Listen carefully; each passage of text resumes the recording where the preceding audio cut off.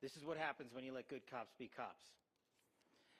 The FBI and our partners are proud to stand here today together to bring justice to the family of Charlie Kirk and honor his memory. I want to express my deep gratitude to President Trump, the Vice President, and the entire White House who have been so incredibly supportive with both resources and just personally to the FBI as a team. They had our backs the entire way, and I just want to express my gratitude for giving us the resources we need to operate in this space to bring this sort of justice at this sort of speed. In 33 hours, we have made historic progress for Charlie. Governor Cox, our partnership has been absolutely incredible these last few days. Our partnership will endure. Your state and local partners, your sheriffs, your DPS community has been unbelievably impressive in the hardest of times. And a case like this cannot be solved, cannot be brought without partnering with your state and local authorities. The FBI has a certain role to play, and we will play that role, and we will lead out for the federal government. But Governor Cox, we are so grateful for your state partnership that led out on this investigation. A little bit of the timeline. Charlie was shot at 12:23 p.m. on Wednesday. The first FBI agents arrived on scene in 16 minutes with chiefs of police at 12:39 and secured the scene. The FBI immediately launched fixed-wing assets. We utilized these assets to transport personnel, specialty technicians, hostage rescue teams.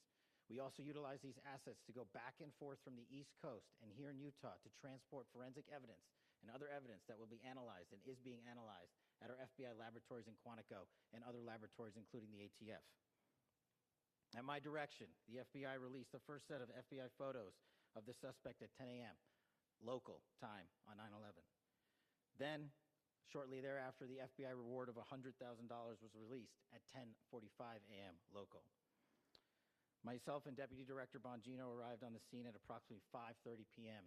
on 9/11.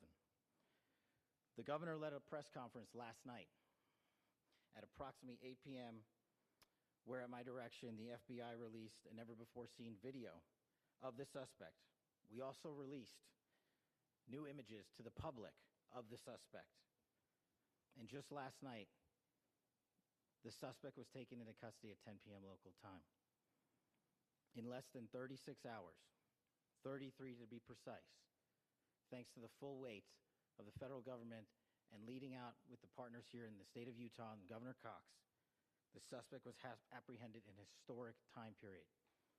And I want to highlight what Governor Cox said. This would not have been possible without you, the media, and you, the public. That's why we went so public, so fast, and we're so transparent, and we're committed to that transparency. The crime scene, just a little bit there. It is a large crime scene. State and local authorities, along with federal authorities, processed that crime scene quickly. And I even had the ability to walk through that crime scene and walk through the steps the suspect took to learn more about what was needed and what resources we needed to bear to create a full picture for the FBI and leadership back in Washington. Furthermore, thankfully to state and local partners, forensic evidence has been seized and continues to be garnered. Forensic evidence has already been evaluated at FBI laboratories in Quantico and state and local authorities here. We will continue to process evidence as we see it, as we collect it, and we will continue to deliver to Governor Cox and his team. Last night, we had a total of approximately 7,000 leads. As of this morning, thanks to your great work, we have over 11,000 leads that were called in to the FBI. And we are running out every single lead that we can. Every one of those leads will be run out. The arrest is a testament to the dedication of good law enforcement being great and partnerships in law enforcement, which I've tried to highlight as my tenure as the director of the FBI. There is no better relationship for law enforcement than the FBI to partner with state and local authorities, and you've seen it here in these last few days. The FBI Salt Lake Field Office, along with our offices in LA, Phoenix, Denver, San Antonio, Las Vegas, Pittsburgh, Buffalo, our headquarters component in Quantico, San Antonio, Las Vegas, Pittsburgh, Buffalo, our headquarters component in Quantico, all participate in the FBI. I want to express my deep gratitude to the employees of the FBI, the men and women, the evidence response team tacticians, the special operators, the agents, the support staff.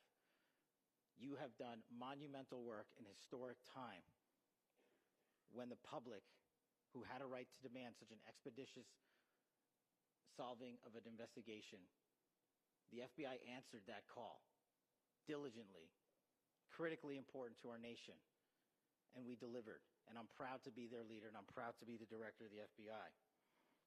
This is a very much an ongoing investigation, as the governor said, and we will continue to work with state and local authorities to develop the investigation, to provide them the evidence they need for their ongoing prosecutions, and we will be here to answer every call they absolutely have, as long as it takes, for as long as we need to find and apprehend whatever suspects were involved in this crime. Lastly, to my friend Charlie Kirk, rest now, brother. We have the watch, and I'll see you in Valhalla.